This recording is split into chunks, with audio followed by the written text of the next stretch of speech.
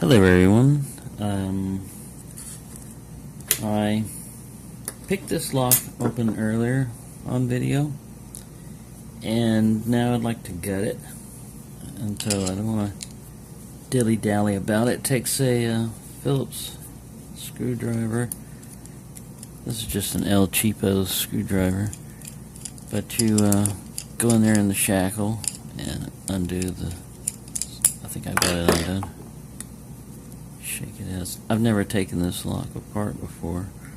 I've taken its brethren apart. So we'll take this part over here and set it there and there. And that allows this to be removed. The bottom plate right here. You don't need tweezers or anything, but I just had them out because I'm going to be using the tweezers later. And we set that there. And if you look at the orientation of the core, it moves around. I think it's down like that when you go to put it in, but that's kind of like important. And there's a little tiny, I don't know if you can see it, there's a little tiny anti-drill bypass, not anti-drill, anti-bypass plate down there, which is best to leave that there, or just remember that the copper shines, you know, kind of like this way, and it makes kind of like a crescent moon. Or I can just leave the lock alone because you won't need it anymore. You've got the core. Core is the important thing. And I believe there's it's a spring clip. So I got this little huck little thing, and I've never really used this to remove. And it's good like a little hooky thing. There's a lot of petroleum jelly on this because it is a new lock. It's never had anybody mangle it like I'm about to do. So yeah, this thing works because it's a pretty good little pry bar. So I'm going to pull that off. That's called like a C-clip or a circlip or whatever. And there you go. Now we have that, and I have the key. So we want to be careful now because the core is free. So we'll put the key in there and insert the key. And we want to rotate the pins away from. You need a follower when you go to do this, and originally I had this Sparrow's reload kit, which is good for Schlage locks, but here's a Schlage lock.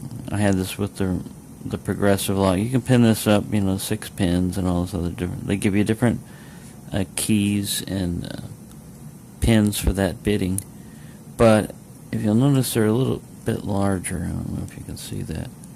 The core is larger, so the follower won't work, and you only get one follower with that, and it's this.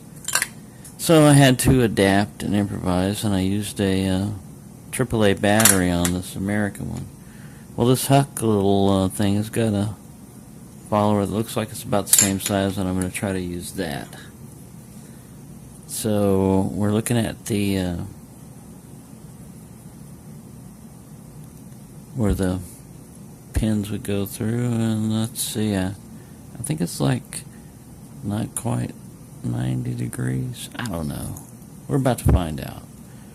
Let's call it a follower because it's going to follow the plug and try to keep the pins from falling out, hopefully. Well, there we go. Look, it's alright. I've seen people do it fast. I'm jamming something up. 90 degrees is probably not the best way. And there we go. I think I lost the last pin, who looks like he's a spool.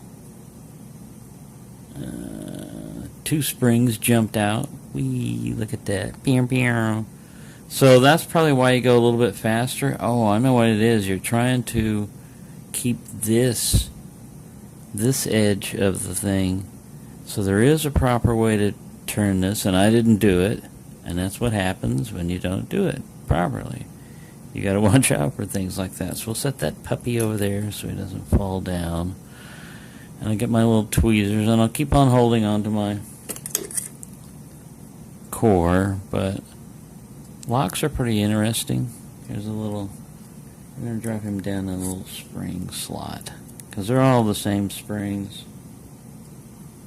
And here's another pin in here. Actually, there's like 2 pins in here. So here's a serrated. You can mix up the order of the pins, of the driver pins. I believe they're all the same.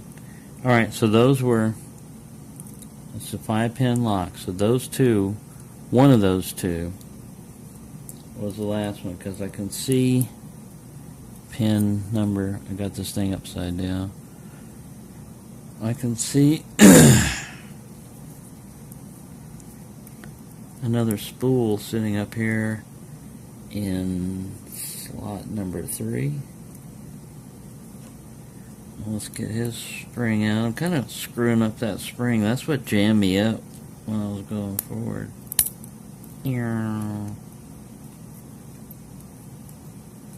I don't know, this guy just popped out too. So this follower might be a little bit sloppy in this core. Maybe I should have used my my battery, because the battery would have worked better, I believe.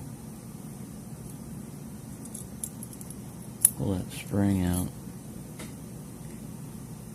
Alright, so I'm going to have to replace that spring because it's pretty jammed up. Where'd he go? And come on, man, this is not happening again. Let me put this. I will use this little core holder thing. There we go. So I don't get more confused. Look what happened again, man. I know this is not. You saw me.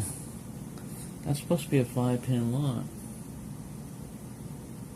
It's keyed for 5 pins. I think when I blew that up. Oh yeah, there's one more sitting on the. There he is. I just remembered that. There's that one sitting right here. I was gonna say, wow. So, I know there was a spool on pin 1. Damn it. That's probably pin 1 down there. Just the way the lock opened up. So let me get the, sorry, let me get that in perspective here. We'll get it focused up here. Let's see if we can do that. See how close it will focus. And the air conditioner finally shut off. Focus. Here we go. So yeah, pretty nice. Mostly spools with one serrated at the end, but the rest of them are spools. So I guess it didn't matter how I jumbled them up. They were all pretty much the same, except for that last one. That last one was probably on pin 5, I believe. It's to stabilize the core. I guess if you put all spools in there, it'll slop around. And this is not a challenge. Let's play like it was, and I'm looking for counter milling. And oh, there's part of a spring down there. Look at that. Or is that a thread? What the hell is that? You see that? Maybe it's a weird shadow. That's part of a spring down there. See that? It's like 2 of them. I'll have to get like a pick and dig in there. Yeah, there's 2. There's 2 broken off pieces of spring down in there. I don't know if you can see that. So you got to watch out on your disassembly, because that's what can happen. See, I haven't accounted for all of my springs either. One of them bounced off, you know, and he was already mangled. Pin number 3. Ooh, look. What was that? That's a piece of glue. So that's how guttings go with me. They're always an adventure. And I'm running into like 10 minutes, so I'll put this back together, because I've got other spare springs. And oh, let's pull the while we're making a mess of things, let's pull the key pins out and look at them. I know they're all like serrated, so I'm gonna start with this one as being pin 1 down here and try to drop him out. Come on, Mike. You can pull the key up and it kind of like bumps them up. So, oh man, I'll just pull whoever presents themselves up first. Pull the last guy up first, drop him over there, and you can jiggle it and stuff like that. Because this thing has a little bit of, like I said, petroleum jelly or oil on it. And it doesn't want to drop out. I want to try to drop out pin 1 again. There we go, pin 1 fell out. Put him in his little spot there. Even though it's really short, it's got a serration on it. I'll get this all pulled out, and then I'll show you a close-up. Bang, bang, bang. Tap, tap. Who is it? It's the postman. Get in there. This last one doesn't want to come out. Pin number 4. There we go. Yanked him out by the roots. Now, let me drop this core back in here. I'll muck things up, and I gotta remember to fix this. I'll get like a little dental pick or a probe or something and pull them out. You can start banging on it. Ooh, I got 1, I got 2. I guess they weren't mucked out, they were just stuck down there, because I thought that I'd sheared them off at the, there is that one that ran away that is mangled. Move this guy over here, put him over there. They're all standard copper-looking, copper-colored springs. And let me upright this spool over here. There we go. Right, so turn these guys around properly. There's 2 serrations on every key pin, and they're fairly sharp. I've seen sharper, but not bad. The serrated driver pin up here is about the same depth, maybe a little bit wider, and the spools are nicely done, I think.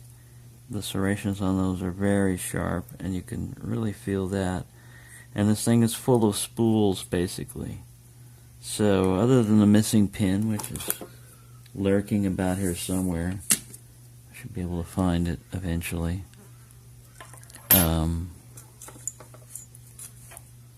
This is all I needed to replace that other lock. So this could, the lock that I mangled the key in. I'm going in 13 minutes. I can't go too long, or YouTube won't let me upload anything. So there you go. I don't want to edit this anymore. Let me give you one last look of everything. Like I said, they're very nice, sharp. I should clean that up. There's a lot of copper pieces from my butchering of that last lock. When you drill locks open, that's what happens when you drill brass. So I hope everyone's having a good day. I love this lock. I'm going to try to put it back together, and maybe I'll capture that one on video also. But cheerio.